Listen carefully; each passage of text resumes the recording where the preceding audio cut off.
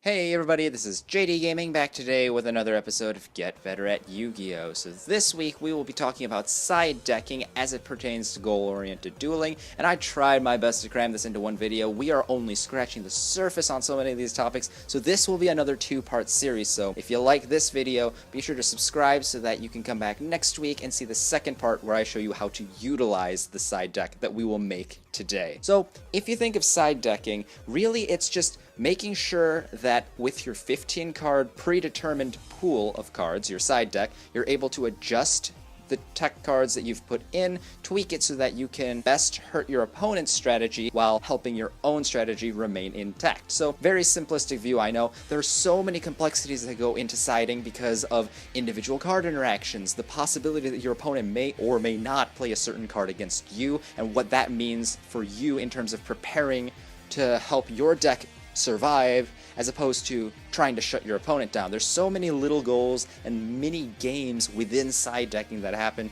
so we're gonna go and try to tackle this today. Down below in the description you will see all of the articles that inspired me to make this two-part series here, but of special note is the TCG Player link. Kelly Locke is a phenomenal writer on TCG Player who discusses side deck theory both in general and applied to specific matchups, and it's been a huge help to me preparing for this as well as just improving my own game. So I did want to share that resource with you guys so that maybe you can find something of use there as well. But with that said, we're going to go ahead and discuss how on earth do you build an effective side deck. The first step is really thinking about the different decks that you will play against. If you followed the steps from last week's Get Better at Yu-Gi-Oh! In which we built a deck, you would know that you probably want to choose a deck for its goal that will help you play effectively against the decks that you plan on playing. So in our case, we built an Xyz Toolbox deck, a rank 4 deck that focused on trying to beat Cosmo, Burning Abyss, and Monarch. Hopefully you already have that kind of goal in mind, because of course you don't want to play a deck that's going to have a hard time playing against the decks that you expect to face in the first place. It just doesn't make sense unless you like that kind of a challenge. So with that out of the way, think about the goals of Cosmo, the goals for Burning Abyss and for Monarchs, and we're going to just list off any cards we think might be able to stop them. For Cosmo, we want to be able to get rid of the ships on the field, but we can't target them, and if we destroy them, we trigger their effects. So a card like Chimera Tech Fortress Dragon is really popular because it just does that, gets rid of the monsters without targeting or destroying them. We'll need some way to summon it, and we'll discuss how to choose between options like Cyber Dragon versus the core. You also have cards like System Down, just a single spell card that says get rid of everything. It essentially does the same thing in preventing your opponent from triggering to gain more free cards. But then we can attack the deck's other goal of banishing its monsters so that it can bring out its heavy hitters. Both Lancia and Chaos Hunter are options for that as well. And don't get me wrong right here, we are not building a side deck of 15 cards because that really depends on the types of decks that you play, the builds of those decks you play, how your deck looks, how good your matchup is against them or how bad it is. So many factors go into tweaking and balancing the numbers that you actually have. So it won't be an exact, this is the 15 card side deck you should play, but rather these are some of the options, just examples of things you may be aiming for to stop the Cosmo strategy. When we move on to Burning Abyss, they Xyz summon a lot, so maybe we can stop them with Flying C, or we could just draw cards off of Max C and then maybe have our own deck be able to overpower them by pressuring them to stop going into their extra deck. And we'll talk about whether or not some cards are optimal or not, but maybe something like Shadow Imprisoning Mirror could be useful. I mean, they have a goal where all their dark monsters trigger in the graveyard, so if we can stop that, then yeah, that'd be an auto win against that deck, right? But yeah, once again, these are just examples of potential cards that you may be thinking, this is just the brainstorming stage. You want to have some options so that you can narrow them down, and you can't really do any of that unless you have a list that specifically tackles your opponent's decks based on their goals. For Monarchs, we could totally shut down their tribute summons. That's the easiest way to shut down Monarchs, right? Just don't let them do anything. Magic Deflector works to stop all their continuous field and quick play spells, so that's a pretty useful card as well. And we might even want to stop their monster effects to help fight against them, or even play something like Twin Twisters to go and blow up their continuous and field spells. So all different ways that we can side against Monarchs, but see how basically I just started off by naming the 3 decks I expect to play the most against, and then said, okay, well, these are its goals, let's go and play cards that fit in there. And even if a card isn't something you've seen people side or say, oh my god, this is like the answer for this deck, as long as it falls into the guideline of stopping your opponent's goal, it has some potential at a baseline level. And then, as I'll show you in these next couple steps, you'll be able to narrow it down for your particular deck and decide, is this actually all that I thought it was in this initial brainstorming stage?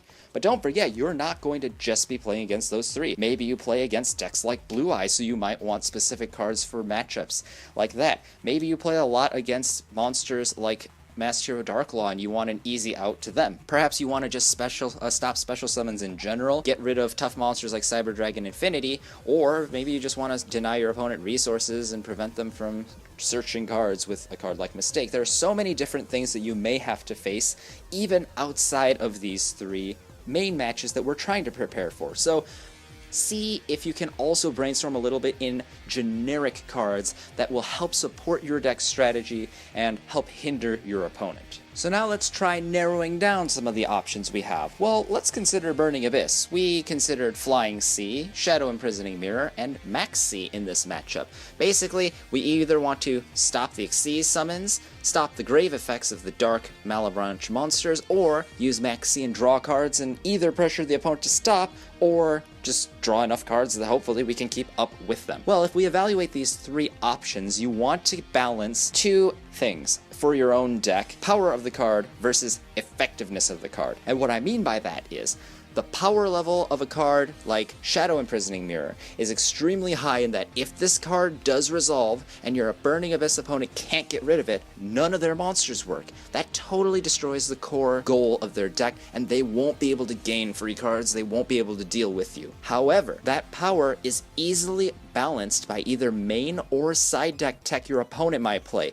Ever since the release of Twin Twisters, it's been really hard to keep a back row Floodgate on the field surviving for more than a turn or even a turn. And so all of a sudden, whereas Shadow Imprisoning Mirror totally shuts down Burning Abyss, you may opt for one of these other 2 options because your opponent can counterside to solve your threat to them way too easily. So let's look at something like Flying Sea. Well, it is still pretty powerful in being able to stop them. Yes, the fact that its continuous effect can be disrupted by a card like Farfa or by Alec, either banishing or negating Flying Sea for the turn, makes it so your opponent could play around it. But it is still tough to deal with nonetheless, and it will usually buy you at least part of a turn. It forces your opponent to commit some cards, and it can weather down your opponent's aggression. So that's actually not that terrible of a choice.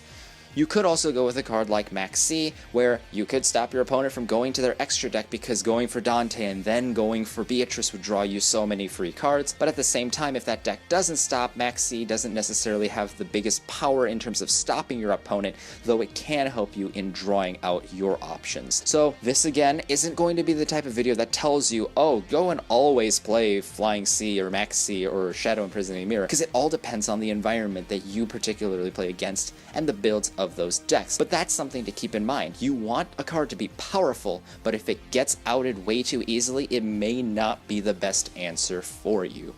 A second thing you may want to consider for why you would choose one card over another from your pool is how well it works with your deck. If you're playing Monarchs, and you have tribute monsters like Vanity's or Majesty's Fiend, you probably don't want to be siding in Mask of Restrict no matter how many Monarch players you are going to play against, because it just totally kills your own deck unless you're able to flip it up right at the perfect time your opponent has no resistance. It will come back to bite you. So you may want to choose something else, maybe focus more on the magic deflectors or focus more on the effect veilers to shut down their effects. So that much is pretty obvious, but let's go a little bit deeper. We talked earlier about being able to side in Chimera Tech Fortress Dragon against Cosmos, and this is because, just like a card like System Down, you're able to effectively get rid of your opponent's plays that they've already committed to the board without triggering anything and allowing the Cosmo deck to accomplish its goals. But Chimera Tech Fortress Dragon has 2 different ways of being summoned, at least. There are other Cyber Dragon monsters, of course, but Core and Cyber Dragon, the original, are the most popular. This is how I would choose.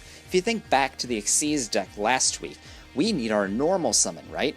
If I go and normal summon my Cyber Dragon core, I can't do any normal summons that turn unless I lucked into a Brilliant Fusion to go for the Seraphonite and got a bonus. So no Spellcaster that turn means no extra summon that turn, means no extra deck, and now all of a sudden my deck can't do its main goal. So even though this isn't a card that may be as obviously bad as Mask of Restrict in Monarchs, it still hinders enough with the main strategy that I tried to bring to the table that if I play core, I could get screwed over. But let's say we play Cyber Dragon instead. Well, now I can drop Cyber Dragon first, make a Chimera Tech Fortress Dragon, then normal summon a Spellcaster and continue on with the plays the deck intended to do in the first place. So Cyber Dragon, with its clunky special summoning effect in some ways, actually helps out in that particular strategy because the normal summon is so valuable that I would rather try to special it with its effect, even though it's a level 5 monster, than try to normal summon a Cyber Dragon core. So try taking a look at your deck when you have options like this. Whether it's an identical card or whether it's two different options, think to yourself, will playing this new sided card hinder my main strategy at all? And if it does in a significant way where it hurts your main consistent plays, it might not be as worth it as you once thought. So we just discussed two reasons why you would rule out certain cards as not the best options from your original brainstorm pool. But why would you choose to play a certain card over another in terms of what makes it better? Well, take a look at this example. Both of these cards in the Monarch deck could potentially stop your opponent from special summoning monsters. They have that same line of text. If you look at them, they do have some differences, like Vanity's Fiend needs a tribute summon, while Pachycephalo doesn't need any tribute, you can just normal summon it. This guy has lower stats though, but it has the extra effect of being able to deal with special summon monsters that came before you summon this floodgate. Most people who either play Monarchs or even those who don't would probably easily say though that Vanity's Fiend is the right choice. And the reason for that is as a monster that needs one tribute with 2400 attack, it fits seamlessly into the Monarch's core strategy. The goal is to tribute summon your monsters, and therefore it has the cards needed to make sure that happens easily almost every single time. So if you play Vanity's Fiend, you don't have to change your deck's playstyle until after that Vanity's Fiend is summoned, at which point you may not be able to special summon. But in terms of fielding your monster and getting its effects off and the impact on the game, you don't have to change anything, whereas Pachycephalo could be an awkward draw that makes you go, well, now I can't do anything with this monster. It can't even help me win the game because it's too weak. So that's more of an obvious pick, when a card is better for the deck than another, because it synergizes with it, you would probably pick the one that's better. Let's look at another example. Last week when we built the Magical Reptiles deck, we were already main decking 3 copies of Twin Twisters to help deal with back row. To help get out of the domain lock in Monarchs, I decided to play Breakthrough Skill over Mystical Space Typhoon. Now, there are certain situations where you would want to play the MST. If I were playing against a different deck, not specifically for the domain lock, I may want to MST my opponent's back row before committing anything to the board, because that would allow me to play my cards without losing them to those back row. But in the specific case of the domain lock, normal summoning Breaker is not inhibited at all by the field spell, and I can still destroy it. But Breaker carries the advantage of staying as a level 4 spellcaster monster that I can make an Xyz summon with, whereas MST is simply a card I lose from my hand. If I were to go second against Monarch, so they have an Ether and Domain on the board, if I were to play MST, get rid of the Domain, and they have no other response, I can still go and summon a spellcaster, summon a card, but that means from my 6-card hand, I burned MST, I normal summon a spellcaster, I special summon a monster, I make an Xyz, I have 3 cards in hand with an Xyz monster on the board, which isn't very good, because now I only have 3 cards to fight back against Monarch. But if I were to normal summon from my 6-card hand, Breaker the Magical Warrior, destroy the Domain, and then special summon a monster, because this is a spellcaster and I didn't just 1-for-1, I actually got a free plus off of this card to get rid of the Domain. I am actually using Breaker to fit seamlessly into my strategy and gain a benefit that a card like Mystical Space Typhoon could not. Again, the scenario could be totally different. If I'm just going for random back row and I don't want to get bottomless, then MST might be a better choice. It all depends. But that's just a whole nother story altogether. Basically, you could see here an example where 2 cards do very similar things, whereas this card may be seen as the better choice in general. If you can get extra mileage out of a card you're using, you probably should consider that for your deck, because it may help you out more in the long run. A second reason why you may choose to play one card in favor of another card could be the play style of your deck and its ability to put pressure on the opponent. Take a look at these two cards for the Monarch matchup. Mask of Restrict and Magic Deflector are both really popular cards, but if I were playing my Psychic deck that I played just a couple weeks ago on this channel, you'll know that it's a very slow deck that doesn't get a lot of things happening in the first few turns while it's setting up. A card like Mask of Restrict in that case stops my opponent and buys me the time necessary to be able to fight a stronger, faster deck with my slower deck that's not necessarily weaker overall, but weaker in the critical first few turns where I would lose the game. In the case of Magic Deflector, playing that in Psychics won't necessarily help me. Sure, I can use my Magic Deflector to stop Monarch Stormforth from tributing over my Witch, which helps me reach my goal of then using it as a floater monster, but I just lose that one Magic Deflector, my opponent can still push for a ton of damage with a bunch of other monsters, and I can't necessarily fight back the following turn if I can't muster up a big play that still needs further setup. But what if we turn the tables? What if you're playing a deck like the Xyz deck we made last week? A deck that can muster up tons of aggression at once. Or a meta deck like Cosmo or Burning Abyss. If you can put serious pressure on your opponent, you could still very well stop your opponent from totally playing the game, but cards like Magic Deflector become even more important to you because you know that as long as you draw that Magic Deflector and shut off your opponent for one turn, your deck's strategy will be so powerful you'll be able to overpower your opponent and just win the game outright because of that. It has to do with relative power levels. I personally don't like to classify a deck in general as strictly worse or strictly better because there is some flexibility depending on the players involved and the tech choices involved in how the decks were built that change whether or not a theme could work against another. But you have to strictly evaluate your deck's build versus what you expect to see. So if you're playing in a YCS and you see examples of YCS Monarch decks, what do you expect that matchup to look like for you? If you feel like your deck is stronger than the decks you expect to see, then you can probably get away with playing Magic Deflector in addition to Mask of Restrict, or even over. Whereas if you are weaker than your opponent and you need some extra help, you definitely want to go for something that helps hinder your opponent's goals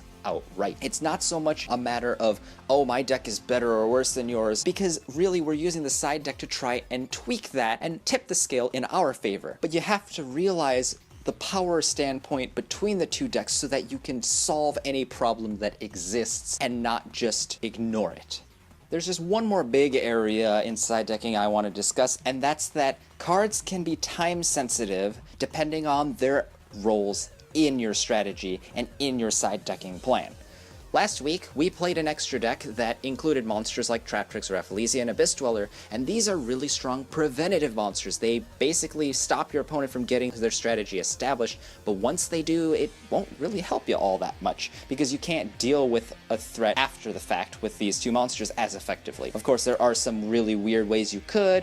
Maybe you're playing Treacherous with Rafflesia, or you're able to sneak in a Dweller. I don't know. There are just too many individual situations to consider, but it is much easier to deal with threats that are already established with a card like Utopia the Lightning. So the extra deck you could see is balanced in such a way that we can both prevent the opponent from getting their goals, but if they succeed, we can get rid of that problem. We want to solve problems the opponent does successfully throw our way. Our side deck works the same way, but in this case, the side deck isn't an extra deck where we can access everything all the time. It's something we have to draw first. So if you take a look at Mask of Restrict, this is a great card against Monarchs. You can stop them from doing everything, right? But what if your opponent goes first, or you're just unlucky and don't draw Mask of Restrict in your opening hand? Your opponent proceeds to summon everything, and then your second turn you draw into Mask of Restrict. It's happened to everyone before. One turn late syndrome is the bane of so many Yu-Gi-Oh players' existence. You may even think it's a mistake playing a card like this just because of the fact that once your opponent is done summoning or searching or doing whatever, you can't deal with them anymore.